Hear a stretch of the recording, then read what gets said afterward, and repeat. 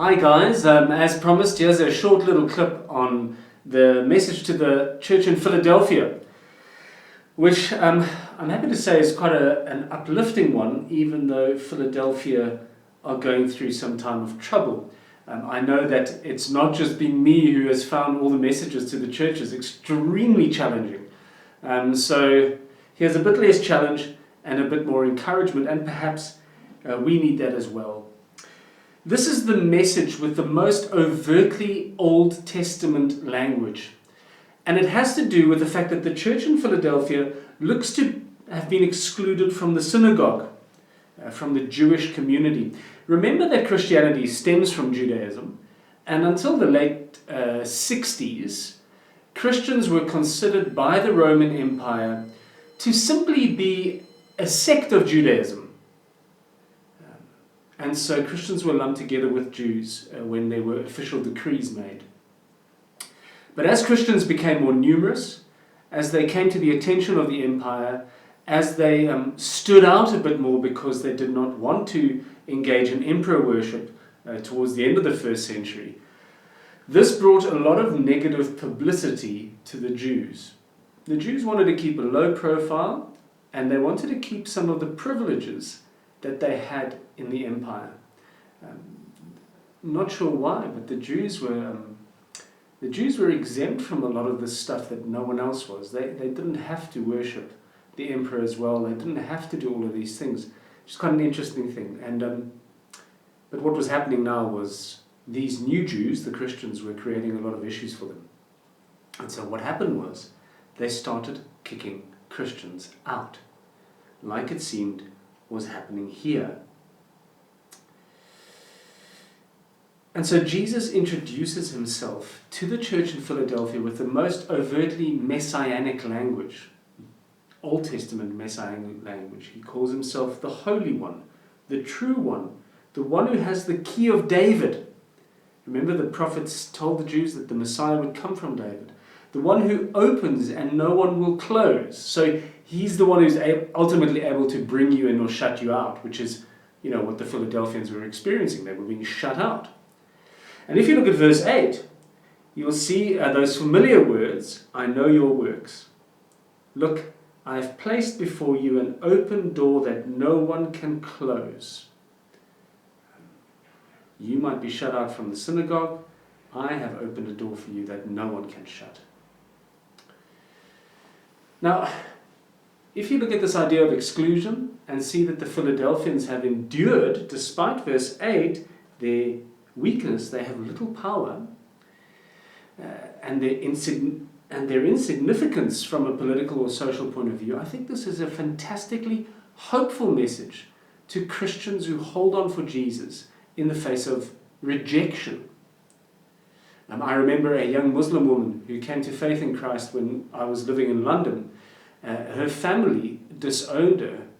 They flew over from South Africa, where they're from, to England to try and take her back by force from her husband. Or you think of the countless people from Muslim backgrounds who are killed by family members for turning to Jesus. To them, this is an extraordinary message. All these doors are closing in your face. You feel weak. But verse 11, I am coming soon. Hold on to what you have. Hold on. You have a crown coming. You have ultimate inclusion coming. For those of us who are on the periphery of extended family, they might look on our faith with disdain and a bit of mockery. We feel like relationships with parents or siblings or cousins who are our blood family, they are now not what we would have wanted them to be. Like we've lost the family name because we've held on to Jesus. Well, look at verse 12.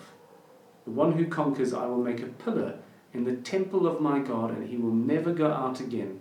I will write on him the name of my God and the name of the city of my God, the new Jerusalem, which comes down out of heaven from my God, and my new name. He mentions that new name quite a few times. He's basically saying to those of us who feel excluded or like we have lost the family name, you have a new name. You have an eternal name, a glorious name. Think about Muslims who come to faith in Christ. I think about those of you who have come from a more African traditional religion background, and you too face exclusion or mockery or disdain or rejection because you want to hold on to Christ and not the ancestors. How hopeful is this? And it's key here to see the temple language here. If the Christians are excluded from the synagogue and from their religious tradition, if they are Jewish Christians, Jesus, the true one, the one who has the key of David, says that they will be part of the temple, not just the synagogue, but the dwelling of God. So this letter to the Philadelphia, the message to the Philadelphians, shows us that Jesus will vindicate those who hold on to his name. He will open up for us the community and family and city of God for eternity. He will give us a new name so that we are people with an identity, even if our traditional identity is removed or we are rejected from that. He will include us so that for those of us who feel excluded, there is hope and connection. And there is also the fact that Jesus promises to keep his people through the hour of trial. I wonder if you noticed that. Now, this can't mean that they won't go through it, because he says it's coming. So it seems to be a promise of their overcoming through it.